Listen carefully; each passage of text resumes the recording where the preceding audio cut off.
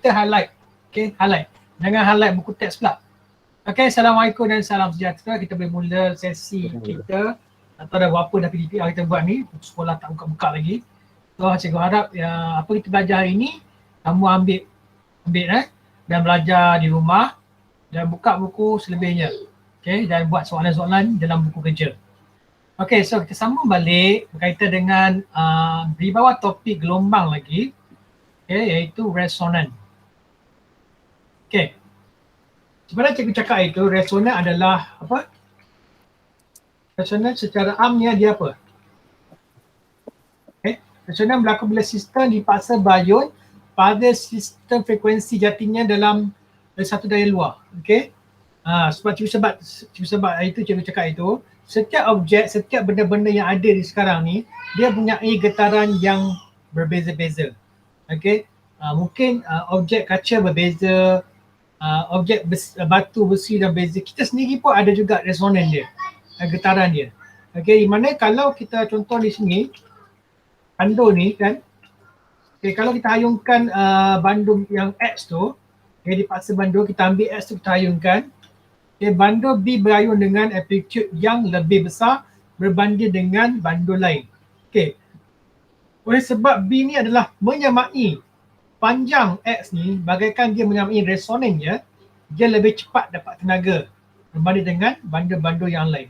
Okay, di dalam Mak kita buat eksperimen boleh tau. Tapi kita tak boleh buat sekarang, tak apalah, insyaAllah nanti kalau kita ada masa, di hujung tahun nanti kita akan buat eksperimen, semua sekali eksperimen. Okay, dijadikan dia sebagai rujukan kepada semua orang. Setiap orang akan diberi tugas untuk buat eksperimen dan kita gerak ke meja nanti, tak ada masalah. Dipanggil outreach nanti ya. So bandu B berayun dengan amplitude yang lebih besar kerana frekuensi jatinya sama dengan bandu X. Okay, bayangkan bandu X dengan B tu dia panjangnya adalah sama. So kita anggap dia punya frekuensinya adalah sama. Okay, kita ayunkan X tu. Okay, kalau lebih kuat lagi menyebabkan B tu boleh putus. So panjang yang sama menunjukkan frekuensi yang sama. Cikgu sebut tadi. Okay, bagi contohnya. Ni gelas kaca. Pernah tak kamu tengok dalam filem ke? Saya rasa kamu tak pernah tengok benda ni, tapi dalam filem kamu tengok.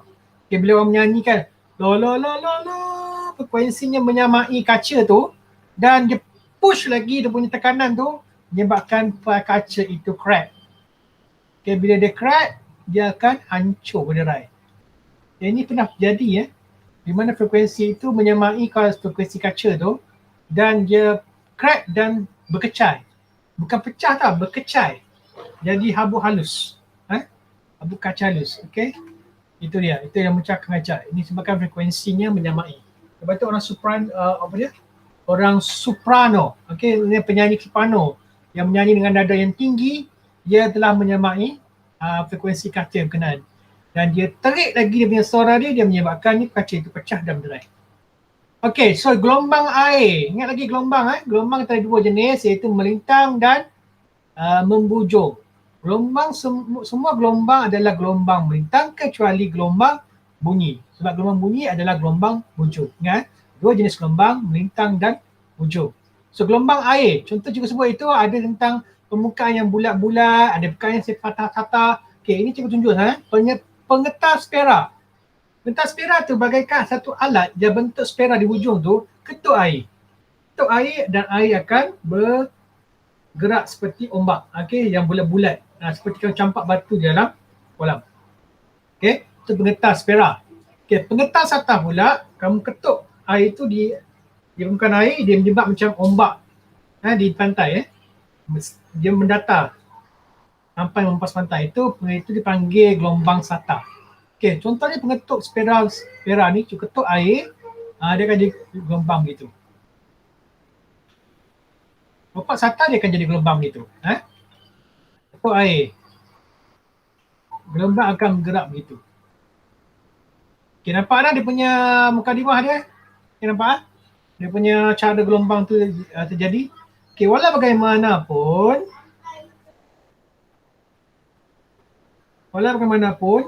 ingat lagi tentang formula V sama dengan apa? Danish? Ya. V sama dengan apa? V sama dengan V bahagi T. Allah, takkan tak baca kot. Baca tu anu. Satu-satunya formula untuk gelombang. B sama dengan F lambda. Amo Danesh, bahaya ni. Kau seorang boleh jawab pada muka kau. Okey. So, jarak antara gelombang-gelombang yang ni, jarak-jarak ni adalah sama Ketiga-tiga ni adalah sama, dipanggil panjang gelombang. Okey, ketupan niche-nya ketuk ni pula, dia ada masa sesaat masa dia. Itu 0.02. Iaitu selalu kita gunakan machine gunakan 50 Hz. Okay, so frekuensinya adalah 1/T lah. Frekuensinya 50 Hz. Okay, ini untuk gelombang satah. Okay, ini dah. Dan cikgu tak tapau pula, jangan cikgu tak beritahu. Ini adalah tangki riak. Okay. Sebab kita tak ada tangki riak ni, dah rosak dah semua. Kebanyakan kita gunakan simulasi komputer saja. Ini tangki riak di mana kita ada motor. Tunjuk Ini motor, ini adalah pengetuk satah. Satah, ini dalamnya ada air. Bawah ni adalah bayang-bayang yang keluar. Okay, bila cahaya dipancarkan, ketuk air, gelombang keluar macam ni dan dibesarkan di bahagian bawah. Ini dipanggil tangki riak. Boleh faham? Jangan cakap cikgu tak beritahu. Cikgu beritahu Ini ialah tangki riak. Sebab kita tak boleh buat eksperimen di makmal. Tangki riak ni dah zaman kuno dah, lama dah. Okey, tangki riak ni panggil frekuensi gelombang kebiasaannya sama dengan frekuensi penggetar. Biasanya kita pakai 50 Hz. Jadi bila kita dapat frekuensi 50 Hz, biasanya tahu masa kita adalah 1/F sama dengan 0.0. Betul ke? 1/50 apa? 1/50. Mari peliti. Hai, come on. Cepat. Cikgu tak ada kereta kat sekolah kamu. 0.02 second. Sekali ketuk sebanyak keluar. Lepas 0.2 ketuk lagi, jadilah gelombang. Okey, ini gelombang air. Okey, setiap gelombang-gelombang ni dia ada dia punya. Ini adalah jurang, ini adalah puncak, ini adalah jurang, ini adalah puncak. Okey, yang ni dipanggil sebagai sefasa. Okey, di mana bila kamu nampak di bawah tangki riak tu, dia akan keluar cerah gelap. Okay, cerah gelap ni kamu nampak ni lah. Biasanya yang gelapnya adalah lembangan, yang cerah tu adalah puncak. Okey. Pemantul satah. Okey, kita masuk bab yang baru iaitu pantulan gelombang. Cuba tengok betul gambar rajah ni. Okay, ni pantulan gelombang. Kita ada 3 daripada adik. Kita belajar ni. Pantulan, pembiasan, lagi apa? Pembelawan. Okay, 3 daripada kita belajar ini. Okay, biasanya gelombang ada kaitan dengan ni. Okay, iaitu pantulan, pembiasan dan pembelawan. So kita belajar satu persatu, itu pantulan. Pernah tak kamu main bola sepak ke, tendang dinding, bola datang balik? Pernah kan? Baling apa-apa, batah balik ke kamu. Kan? Itu dipanggil pantulan, dipantul semula. Ataupun kamu gunakan lampu laser ke apa, tembak cermin, patah balik. Okey, itu lampu adalah salah satu gelombang melintang. Okey, ingat semua gelombang adalah gelombang melintang kecuali gelombang bunyi. Okey, seperti contohnya, kita tembak lampu, gelombang tu melintang, jumpa dengan pantulan satah, dipatah balik. Yang merah tu patah balik. Gelombang yang dipantulkan ke arah satah tadi tu, dia punya panjang lambda itu adalah L. Dan panjang lambda untuk pantulan semula, untuk merah ni, jadi L. Maksudnya, lambda, halaju, frekuensi adalah sama untuk pantulan gelombang. Okay, catat sebab nanti ada soalan sebab pantulan gelombang ni semua benda yang dipantul semula adalah sama kecuali arah perambatan. Masuk arah perambatan ni, arah perambatan yang pertama dia madai kanan. Kiri ke kanan. Kemudian arah lepas dipantul dia jadi kanan ke kiri. Itu dipanggil arah perambatan. Ia berubah. Okey, boleh faham? Pantulan Fatah? Faham Okay. ini insyaAllah. So, ada satu lagi. Satu lagi. Lambda 7 adalah sama lambda terdekat. Cikgu sebut tadi Lambda tadi tu sama dengan lambda lepas pantulan. Okay. F7 dan F pantulan adalah sama. Di laju dia pun sama. Dan sudut 7I adalah sudut tentu. Guys, tunggu sekejap. Jangan nak cikgu nangis pula. Aduhai. Tunggu sekejap.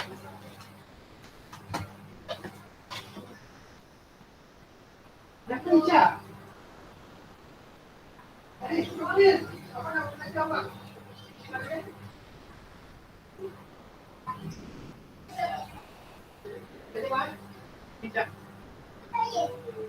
Okay, sorry. Anak cikgu nangis pula. Okay, boleh Okay, sudut 7 sudut 7 maksud apa? Sudut ni, kalau ikutkan dalam gambar ajar ni sudut 7 ni tak ada. Dia ada apa?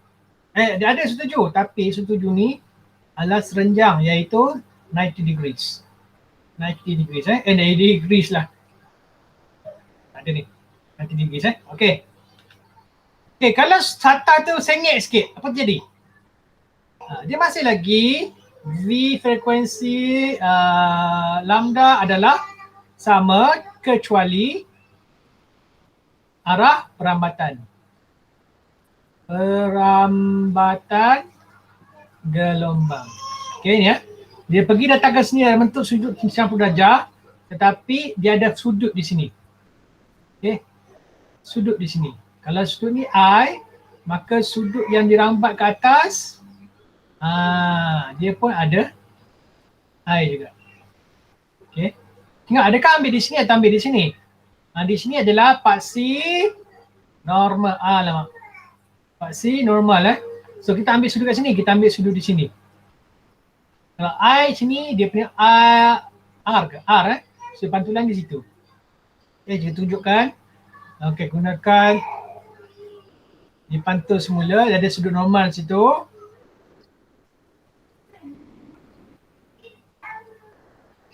Okay.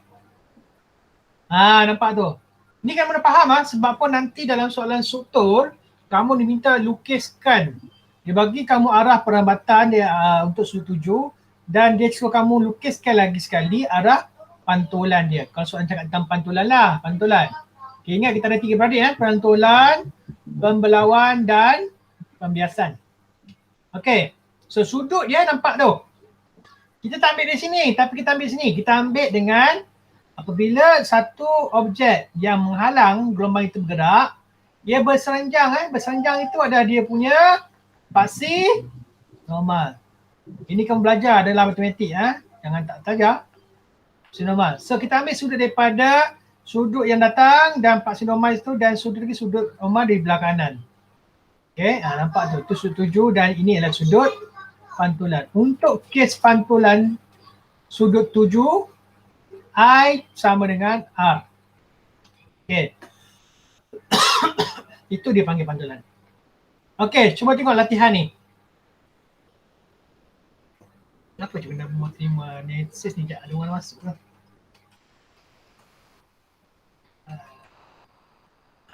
Patutlah cikgu ni WhatsApp terbuka. Sekejap gangguan. Tadi hilang lah. Okey. So apa yang nak? Lukiskan gelombang pantulan bagi gelombang sata yang menghentam pantulan sudut 40 darjah. Alright. So 40 darjah nak cari kat mana? Okey, mula kita ada satu objek. Inilah objek. Okey, objek JEK. Objek So pantulan tak boleh keluar ke belakang tak boleh pergi ke sini. Dia akan apa? Dia akan patah balik, betul tak? Sebab ni adalah pantulan, contoh ni adalah cermin sata. Cermin. Sebelum itu akan patah balik. So kalau lihat di sini, Kau lihat di sini mana ni? Kita buat main warna lain. In color biru. Okay. Biru ada dah. In color purple. Okay. Lihat di sini sudut ni kamu kena lukis. Ini yang step pertama. Lukiskan dia punya paksi normal dia dulu. So dia mesti serenjang dengan objek tadi. Kalau satu senang lah objek ni. Kalau dia melintang, kamu akan menegak jadi cross.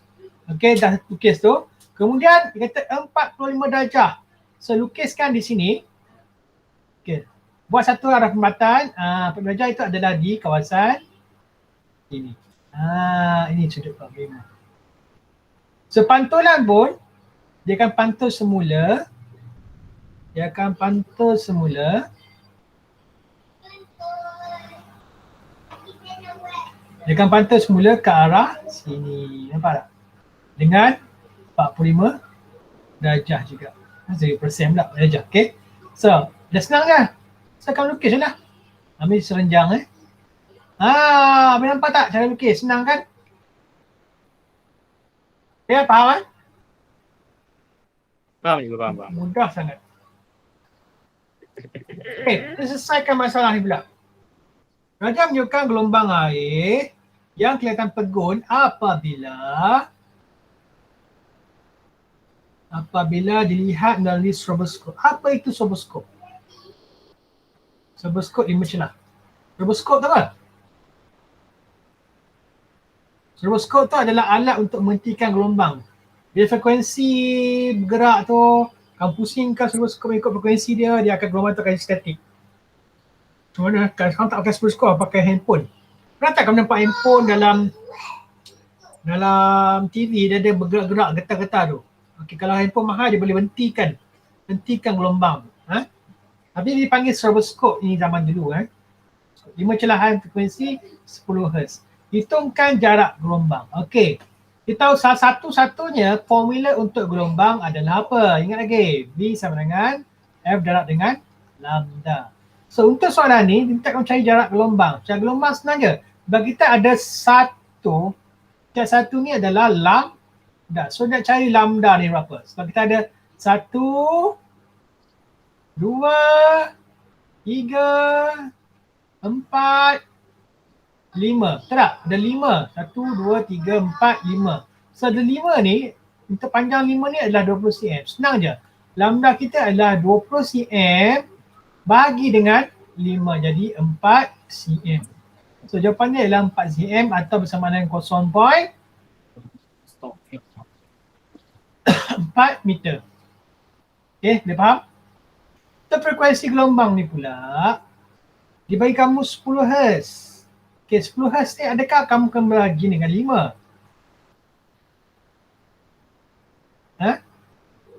Okay, dia bagi hal laju. Hal laju ni jarak terus lah, frekuensi darab dengan lambda. Okay, kita tengok ni frekuensi. Tadi kita gelombang, kita bagi dengan 5 celahan tadi kan? So untuk ni tadi serta, untuk frekuensi pula tengok betul-betul. So bilangan celahan darab dengan stroboskop. Betul, jadi tadi setiap satu lambda ini adalah 10 Hz. Kamu kena darabkan 5 kali dengan 10 Hz. Kamu akan dapat soalan tadi frekuensinya adalah 5 Hz. Boleh faham? Untuk 5 celahan. Okay, ini untuk frekuensi. Jangan silap biasanya pelajar akan buat macam ni. Okay, 10 Hz tadi tu bahagi dengan 5 juga. Ini salah. Okay, untuk frekuensi, kalau dibagi kamu 5 celahan, maka kamu kena darab dengan 5. Okay. 10 tadi darab dengan 5 iaitu 50 Hz. Untuk laju, kita ada frekuensi iaitu 50 Hz dan lambda kita ialah 0.04 meter. So untuk laju gelombang, V sama dengan F darab dengan lambda. So 50 Hz darab dengan 0.04 meter. So kamu akan dapat laju dalam minit meter per second. Okay. So darab berapa dapat? 2 meter per second. Okay, boleh faham? Senang kan gelombang? Nak tengok hidup lagi tak ni? Buka tangan. Buka Buka tangan. Alhamdulillah masih hidup lagi. Okey, jatuh tangan. Kepada dia tak angkat tangan tu. Okey, so cikgu tak go through dengan soalan. Tengok dalam buku kerja yang cikgu bagi tu, yang kamu beli tu, tolong buat soalan-soalan berkaitan dengan tajuk ni. Okey, contoh gelombang A dan gelombang B. Kejap kita go through sekejap. Bandingkan gelombang A gelombang B, apa kamu nampak? Jarak celahan. Bukan jarak kelahan, dipanggil jarak gelombang. Oh. Lagi, setiap satu ni dipanggil lambda. Jarak panjang lambda. Okey, panjang lambda A lebih besar daripada panjang lambda B. Okey. Dan kedua-duanya adalah gelombang satah. Okey. Okey, cikgu go through lah. Okey, sama juga dengan bulatan, sama juga panjang gelombang untuk ni dipanggil lambda dan panjang gelombang ni untuk lambda. Kalau lihat ni, gelombang S lebih besar daripada gelombang R. Kan? Ya ke? Kenapa panjang gelombang R lebih besar daripada S? Cikgu nampak S lebih besar kan? Betul tak? Sokong tu juga. Lebih besar ke lebih kecil? Lebih kecil lah sebab tak saiz ni. Lebih kecil daripada S. Ni jawapan betul. Ni salah ni. Salah ni satu hari ni. Ini betul kan? Okay. So R lebih kecil daripada S. Okay. So cikgu sikit lah ni habis lah. Sikit, Yahoo. Ya, ni senang ni. Susah. Kamu buat soalan buat dapat soalan, buat kamu nampak dia punya apa yang kamu buat. Ini soal objektif. Paling tinggi tenaga, tengoklah. Paling tinggi bayangkan ombak yang tinggi yang paling tinggi ombak ni adalah mempunyai tenaga yang besar. Okay, cikgu tak nak go through yang ni semua senang je. Kita teruskan dengan tajuk yang baru lagi. Cepat tu. Tak banyak. Itu kan tajuk baru, dia sub tajuk.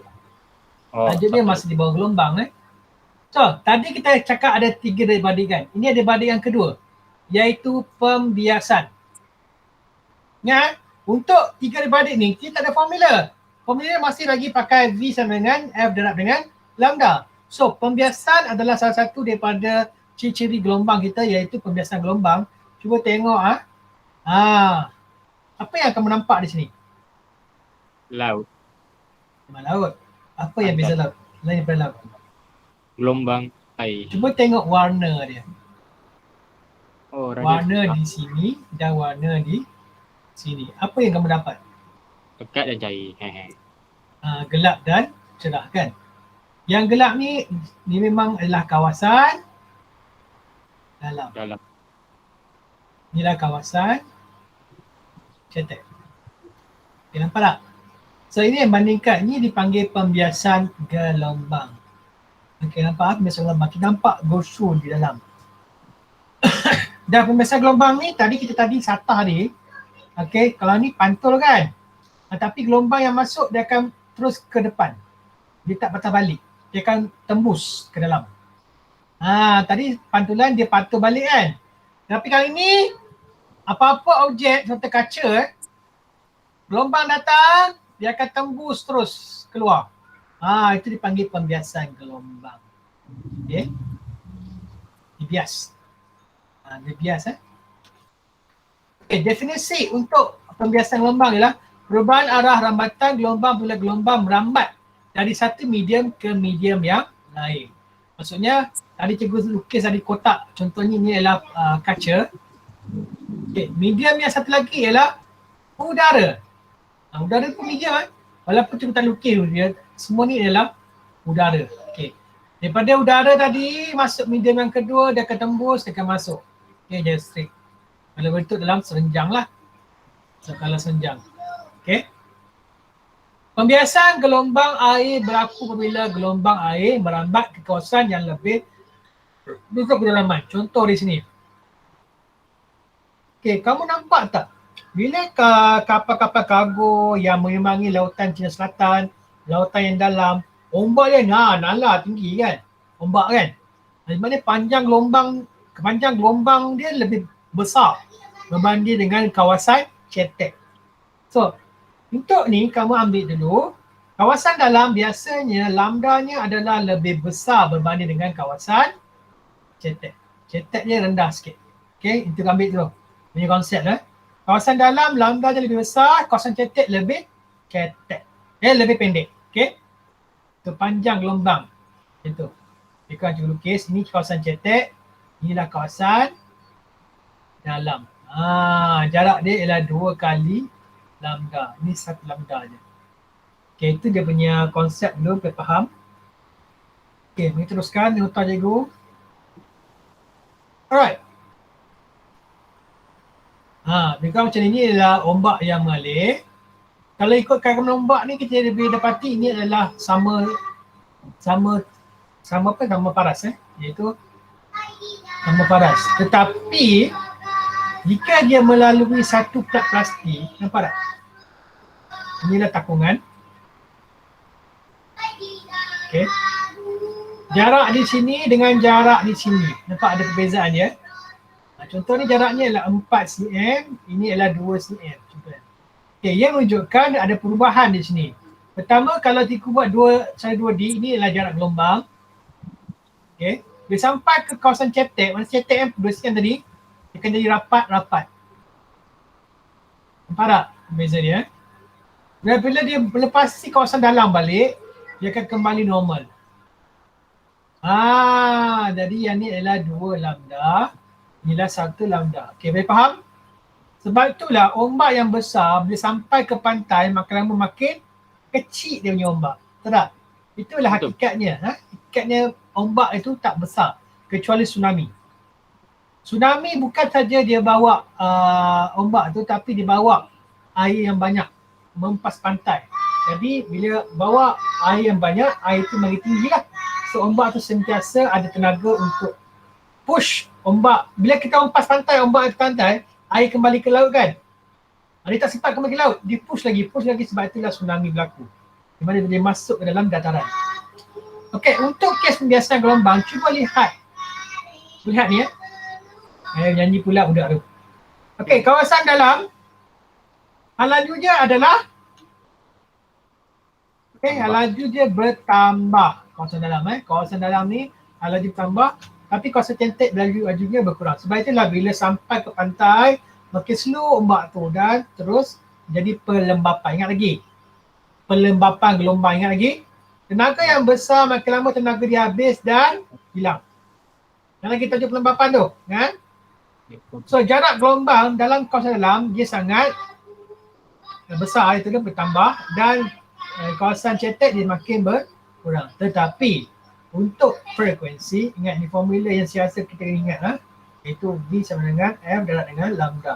So ini akan berubah, ini tidak berubah. Frekuensi 3 adik-beradik ni tak berubah. Pantulan, pembiasan, pemelawan, frekuensi tak akan berubah selamanya.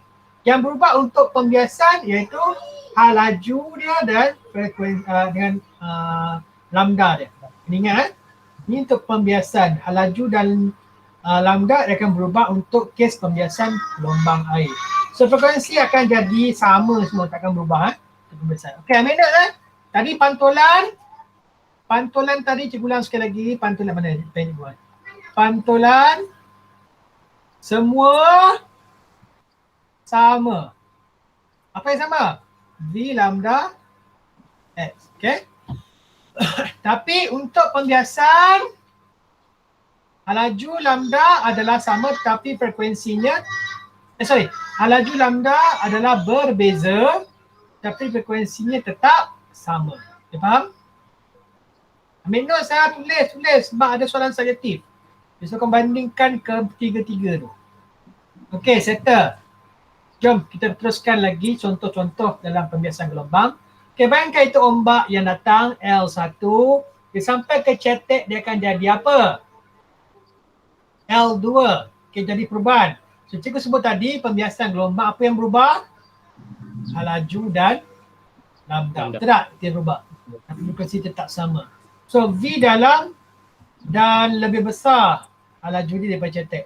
So bila yang ni kamu kan dapati, kamu nampaklah perbezaan dia. Kamu nampak ini lebih besar daripada yang ni. Dan kamu nampak yang lebih kecil tu adalah cetek, yang lebih besar itu adalah dalam. Kamu nampak? Okay, faham kena faham konsep Jangan salah konsep sebab soalan tak bagi Oh, ini bahawasanya ini adalah dalam. Dia takkan tulis dalam. Dia takkan tulis perkataan dalam. Oh, ni cetek. Dia takkan tulis perkataan cetek dan selan. So, kau bandingkan. Macam mana bandingkan? Tengok saiz gelombang tu. Dan ni adalah cetek, ni adalah cetek. Sebab ini kecil daripada yang ni. Dia faham? Sebab ada soalan Okay, contohnya kalau lah bongkar tu bentuk segi ni. Maksudnya dia ada bentuk pembiasan. Okay, that's one, pembiasan Dia kan bukan jadi keadaan yang straight. Tadi kita tahu yang petak tadi itu straight je kan. Kalau ada bentuk macam mana? Macam biasa. Kita ambil point tengah. Okay, gariskan. Baris.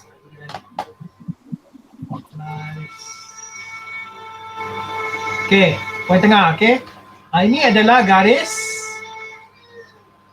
normal. Apa pula? Okay. So ingat sebab ni ada, sebab apa kena cikgu tunjuk ni, sebab kamu kena lukis ni. Kalau ada soalan dia akan lukis. Okay, kalau sudut tujuhnya adalah I, pembiasa adalah pada sini. Okay, tengok. Dia lukis dah. Okay. Padam ni, bagi nampak yang cantik sikit. Okay, nampak tu? Okay, secara amnya pembiasan I dan R. Ini adalah dipanggil medium lebih tumpat. Yang di luar ni, maknanya yang tak ada bongkah tu dipanggil medium kurang tumpat. Okey, cikgu nak kamu highlight untuk pembiasan yang merambat dalam satu situasi, dia punya daripada medium ke lebih tumpat, dia punya sudut pembiasannya bila sampai ke medium dalam kurang tumpat, dia akan menjauhi paksi normal. Nampak? Ni mendekati paksi normal, nampak? Itu beza dia. Yang lebih dah tumpat, dia mendekati. Yang kurang tumpat, dia menjauhi barisan normal. Saya ulang sekali lagi. Ingatlah ni. Ni peristiwa yang penting di mana kalau ada satu medium yang lebih tumpat, ni kalau kawasan ni lebih tumpat, ni kurang tumpat, maka kalau tumpat dia punya sudutnya lah mendekati normal. Ni paksi normal Dan untuk kalau tumpat dia menjauhi garisan normal. Walaupun tak ada nombor. Kalau ada nombor, kalau ni adalah 35 darjah, ni mungkin lebih daripada 35, contohnya 45 darjah. Dia faham? Tak faham? Terus cakap Tak faham. Apa yang tak faham? Yang masa cikgu jelaskan medium, kalau medium lebih tumpat, jadi apa lagi yang kurang tumpat? Sekejap. Kau pula call ni.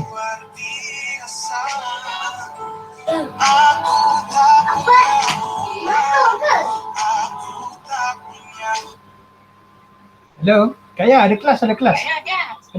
Saya call Arif.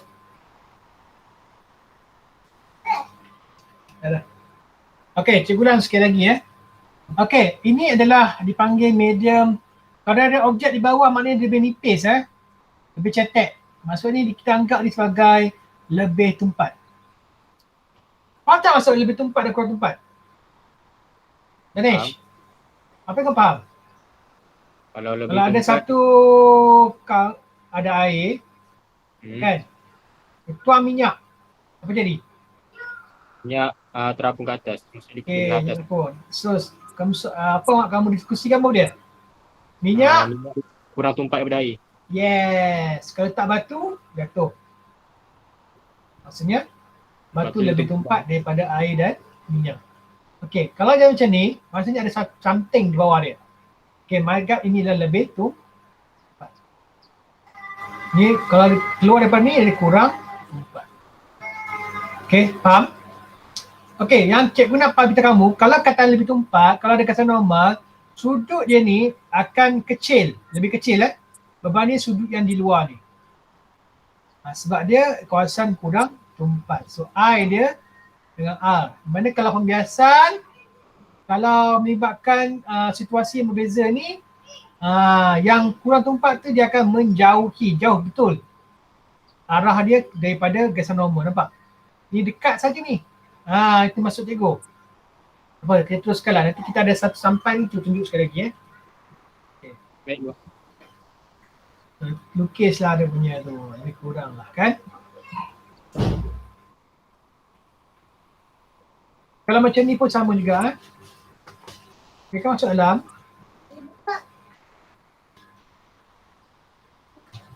Nanti ada yang macam kacau tak nak juga. Okay, ini sudut ni adalah lebih besar dari normal. Dia masuk dalam lebih kecil. Nampak? Kalau ini ada 5 darjah, ni mungkin 2 darjah. Kecil, nampak tu? Lukis je. So ni sama juga 2 darjah. Bila keluar, dia akan apa? Menjauhi. Menjauhi lah. Nampak? Menjauhi, besar. Dia kembali jadi 5 darjah. Contoh kan. So lukislah dalam keadaan tu. Okay. Alright, so lukis-lukis faham kan? Kalau segitiga sama juga, lukiskan faksi normal dulu. Lukiskan faksi normal dulu. Okay, mana dia pergi? Kalau sudut ni ialah lebih besar, maksudnya masuk ni lebih kecil. Okay. Dia sampai setahap, dia akan pergi ke sini. Lebih kecil, dia jadi lebih besar. Okay. Okay. Ini soalan-soalan. Senang je soalan ni. Okay, tandakan kawasan dalam. Mana tu kawasan dalam? Merah ke biru? Biru. Biru dalam sebab apa? Sebab jarak gelombang dia lebih besar berbanding dengan merah. Betul. Hitungkan V. Tengok betul. V1 sama dengan V2. Tengok, ini adalah simple matematik. Tak. Ini simple matematik Okay, daripada V ni, kita keluarkan iaitu frekuensi darab dengan lambda 1, frekuensi darab lambda 2. Simple je macam hukum gas tu kan. Sebelum dan selepas tak. Ni sebelum dia berlaku dan selepas dia berlaku. Kita mengalami pembiasan. So, kita frekuensi dah sama kan? So, kita abaikan frekuensi lah. Alright, so apa yang terjadi di sini? Kita tahu V adalah sama dengan lambda. Jadi kita tahu V sama dengan F darab dengan lambda. So frekuensi adalah sama. Di mana F dengan V dengan lambda. Okay. Ini untuk satu. Frekuensi kedua pun sama juga V dengan lambda. Ini situasi kedua. Nampak tak? So disebabkan frekuensinya adalah sama. Jadikanlah frekuensi sama dengan frekuensi 2. So masukkan saja V1 lambda 1. V2 lambda 2. Nampak? Kita bagi lambda 1. V laju awal ada? Ada. Lambda 1 ada? Ada. Nampak tak? Laju awal, ini yang kita nak cari, betul? Dan lambda 2 ada. Senang je. This called simple mathematics. 60. Ingat 60 cm. Bukannya meter tak apa. Sebabkan lambda pun sentimeter, kita teruskan jawab. 60 bagi dengan 6 sama dengan V2 itu 3 cm. So jawapannya dalam bentuk sentimeter negatif 1. Okay, berapa? Kira. 30 cm. 30 cm. Okay? Jawapannya 30 cm. Faham? Biasa soalan keluar macam ni lah ni. Soalan macam ni. Okay? So, jika kamu tengok balik situasi pertama, V sama dengan F darab lambda kan? Okay, frekuensi tak berubah kan, betul tak? Untuk pembiasan. So, bila selepas kejadian pembiasan, V pun sama dengan lambda juga, tapi frekuensi tak berubah. Jadi kita satukan frekuensi ni, bagi frekuensi 1, frekuensi kedua. So, selesaikan saja frekuensi 1 sama dengan frekuensi kedua. Bila jadi frekuensi 1, V bagi dengan lambda untuk kes pertama. Ini pula F frekuensi 2 sama dengan V2 lambda 2. Satukan mereka saja. Kamu akan dapat simple matematik dan selesaikan saja. Boleh faham? Boleh pun. Senang kan? Okay. So ni cikgu harap kamu tahu ni apa? Ini besar ni kan? Senang kan? Kalau tak tengok lambda pun tengok dia punya laju. Laju yang paling besar adalah kawasan dalam. Boleh faham? Okay. Ini yang cikgu kali buat biasanya kalau mungkin kau tengok betul untuk prisma, biasa keluar. Ni saya keluar soalan dia suruh lukiskan corak gelombang. Ini jawapan dia untuk prisma. Prisma segitiga ni. Okay, ambil note sikit untuk lukis senang. Right, dah? Sekejap Ego. Cepat-cepat, sebagi masa seminit. Biasa keluar soalan ni. Untuk kertas objektif, kertas subjektif.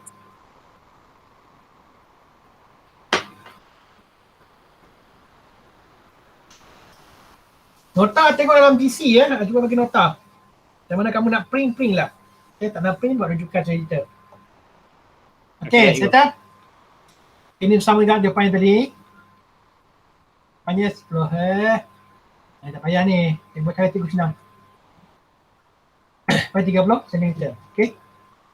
Ni cara lain ni cara yang bukan cara cikgu, senang je.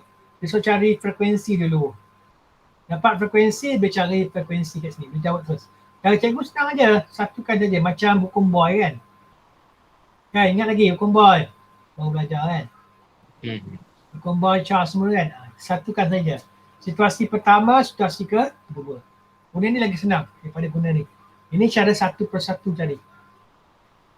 Okey, settle. Kita teruskan dengan tajuk yang ketiga. Tajuk untuk gelombang iaitu penjelasan gelombang dah. Means pembelauan.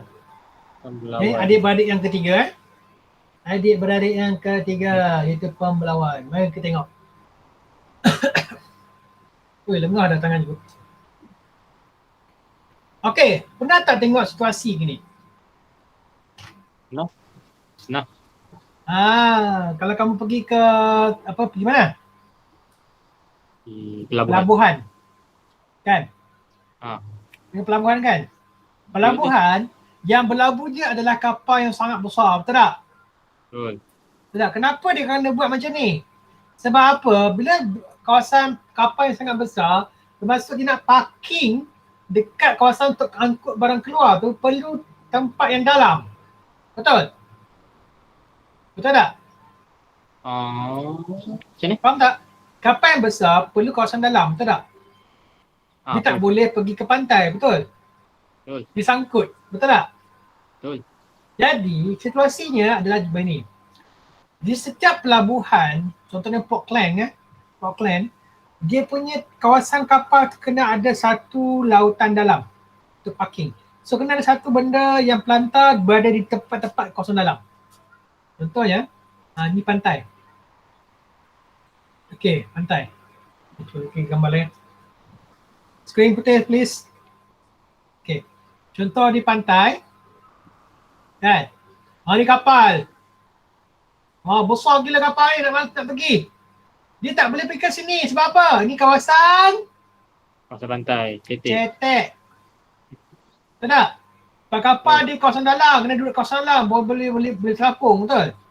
Betul. Jadi, kalau untuk kawasan pelabuhan, ambil gambaran kamu tengok betul. Kawasan depan, ni kawasan pelabuhan, kapal boleh parking kat situ. Boleh kapal jangkut barang tak sini. Nampak tak? Sebab kawasan ni sangat dalam. Tetapi kena ingat kawasan dalam apa yang menyebabkan apa yang berlaku sebenarnya kawasan dalam. Panjang gelombangnya lebih besar. Maksudnya ada ombak besar. Betul tak? Betul. Jadi, apa yang kita perlu buat situasi di kawasan pelabuhan, kita kena letak satu apa? Halangan. Halangan dipanggil tembok. Mungkin dah biru. Tembok dan ini kawasan masuk. Nampak tak? Boleh nampak tak? Boleh. Ni dalam gila ni. Bila ombak datang, ombak besar datang, dia akan apa jadi? Dia jadi dibelau. Ni dipanggil pembelauan. Jadi kawasan ni ketek sikit lah, tenang sikit lah air dia. Tenang sikit. Faham tak? Saya cikgu dalam pengaruh dah. Okey? Malam. Sekejap. Ayo.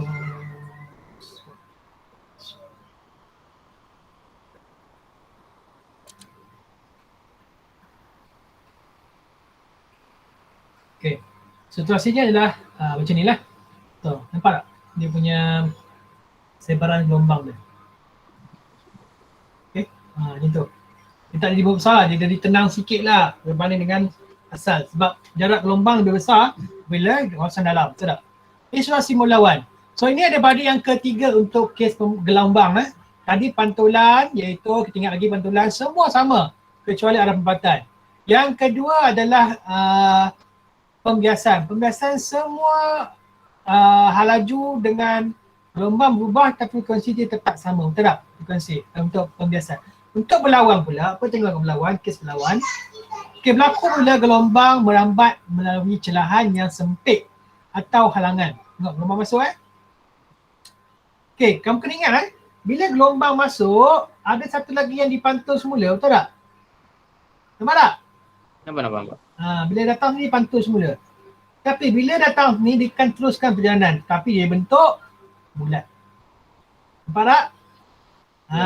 Tapi gelombang bulat ni dia menyebabkan air tu taklah sangat teruk. Okey. So frekuensi, jarak gelombang dan halaju tidak berubah. Ni seperti pantulan. Cuma sudut yang berbeza. Semua tiga-tiga dia frekuensi lambda dengan halaju sama. Untuk kes pembelawan. Catat catat yang cikgu cakap, catat. Okey, contoh kalau ada celahan yang besar pula. Nampak celahan besar. Bagi celahan kecil ni bulat cantik tapi celahan besar dia bentuk macam petak dia sikit. Tetap juga tapi dia lebih cepat menjadi mendatang balik. Okey. Yang ketara, gelombang hanya membengkokkan sebagai hujung saja, semakin kecil jarak gelombang, semakin kurang dibelau. Berbanding pula dengan celahan yang kecil ni. Dia cantik bulat-bulat.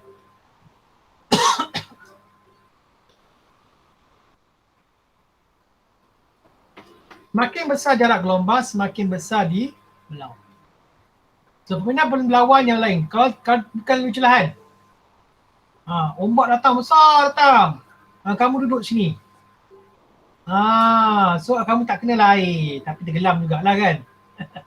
Tapi tak kenalah ombak yang besar, tapi kamu selamat sini. Okey, selamat. Ini panggil pembelawan juga. Contoh ni dah pelabuhan. So untuk labuhkan kapal kat sini lah. So kapal boleh masuk. Bila ada tadikau ni, ombak besar ni, ombak besar sangat ni. Okey. Ombak besar.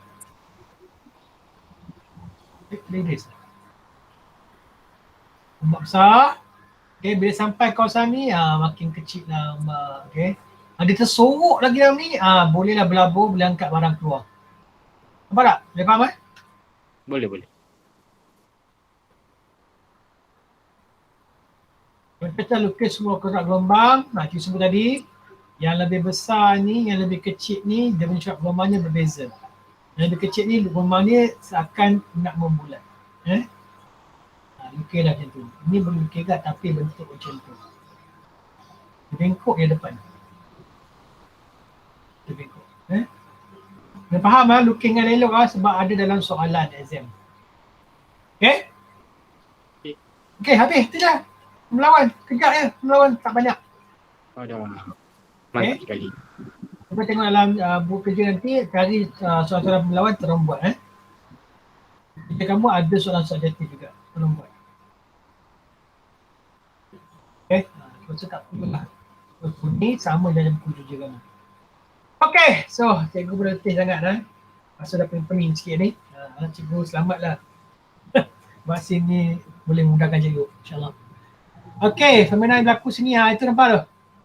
Letaklah orang kat sini. So dia tak kenalah ombak besar kan, dia selamat. Ini panggil pembelawan.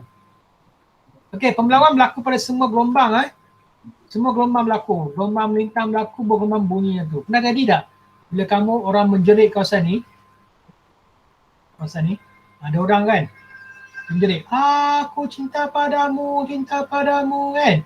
Sini dengar tak? Dengar kan? Dengar tapi tak berapa jelas. Tak berapa jelas. Sebab apa dia belau? Contohnya dia dinding Dinding. Orang kat sini. Dinding ni, tinggi dinding ni. Orang kat sini. Okey. Dia berjerit, aku cinta padamu. Dengar tak sini? Dengar? Dengar kan? Sebab dia panggil pembelawan gelombang bumi. Boleh faham? Tetapi kalau kamu gunakan gelombang melintang, guna cahaya kan? Kamu suluh kat sini. Nampak tak sini? Nampak tak? Cahaya. Nampak? Cahaya. Tak nampak lah. Sebab dia dihalangi oleh dinding. Betul tak? Sebab cahaya bergerak dalam keadaan lurus. Cahaya gerak lurus, lurus. Tak ada bengkok. Tak ada bengkok macam ni. Cium. Tak boleh. Okay? Kita ni panggil cahaya. Alright. So cikgu teruskan yang ni semua tak boleh lah. Soalan kamu. Inilah soalan kertas dua nanti. Cikgu akan tunjuk cara buat kertas dua. Kertas dua ni kena face to face. Bukan tunjuk satu-satu. Okay, ciri-ciri yang sesuai untuk Wina lah. Jadi kertas dua. Okey, cikgu rasa itu saja untuk kita gelombang. So, minta kamu belajar selanjutnya ialah interference gelombang. Ini ialah tajuk akhir untuk gelombang. Betul kan? Dia kalau buku teks kamu betul tak? Ada kira tak nanti lepas? Ya. Buku teks. Dan sekali interference gelombang kan? Sekejap. Tak, lepas tu Gelombang. lepas tu gelombang elektromagnet. 8 minit. Okey, nanti kedua last. Yang kedua paling last. Okey, cikgu tak nak go through dengan soal interference sebab ni panjang sikit. Mungkin kita akan sambung hari Jumaat ni untuk interference dengan elektromagnet. Minta Jumaat baca dulu. Ujian. Jumaat ujian. Ujian pula. Ujian fizik. Ada masa beza-beza lah. Yang satu dia 2 masa, lagi satu dia 1 masa. Okey, untuk ujian fizik nanti bagi link. Okey. Kamu beri masa 2 hari untuk jawab. Tapi bila kamu tekan link tu, masa akan come down. 1 jam 40 minit. Faham? Faham tak? Mana? Okey, cikgu akan bagi link nanti. Okay, cikgu tak buat lagi ujian kamu. Cikgu akan buat dulu. Senang je, 50 soalan je. Objektif. Itu bahagian 1. Bahagian 2 subjektif cikgu menyusul kemudian. Okay, untuk ujian objektif ni, senang je. Kamu tekan je, contoh cikgu bagilah. Okay. Ni yang budak-budak form 5 ni.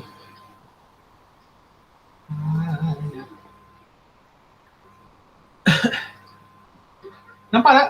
Cikgu Zen? Nampak. Okey, contoh sini. Cikgu senang ni soalan cikgu. Tak susah. Contohnya, ni soalan kata 5. Ini soalan kata 4 nanti. Contohnya, soalan exam. Okey, kamu akan bagi link beginilah. Kejap. Dia cikgu ambil yang tu.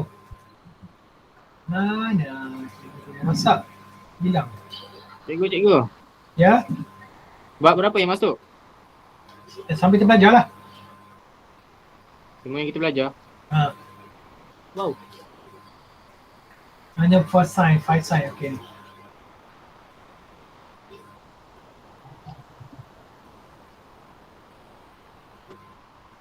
Ni contoh.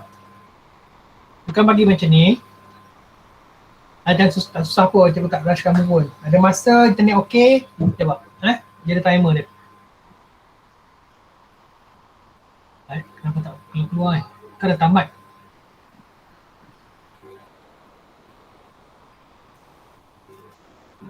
Asal dah tamat kot. Dah 2 hari kan. Okay, contoh ni lah. Dia akan keluar macam ni. Tulis nama kamu dulu. Okay.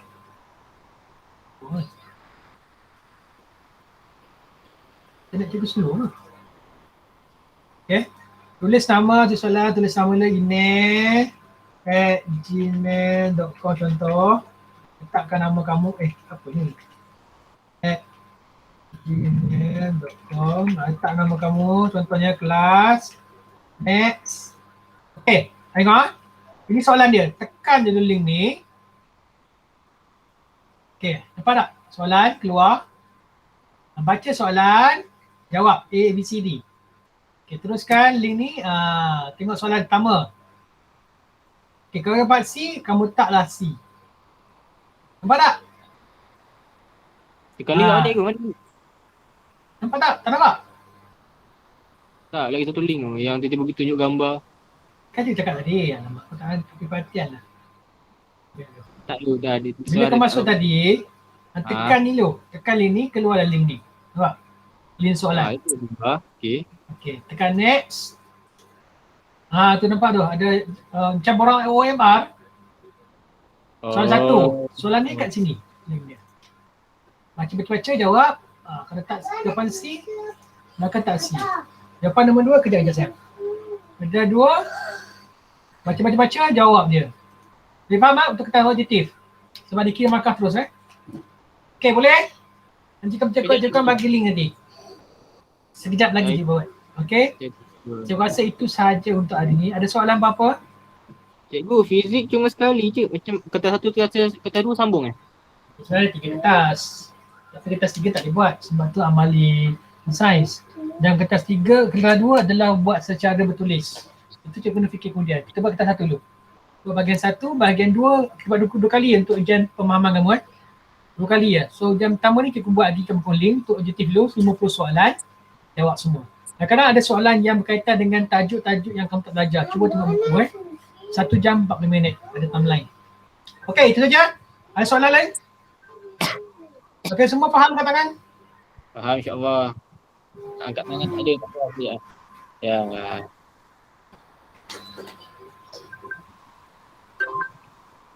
Cikgu nampak tadi siapa tadi? Sugentiraan. Sugentiraan. Sugan? Cikgu tak jarang nampak kamu.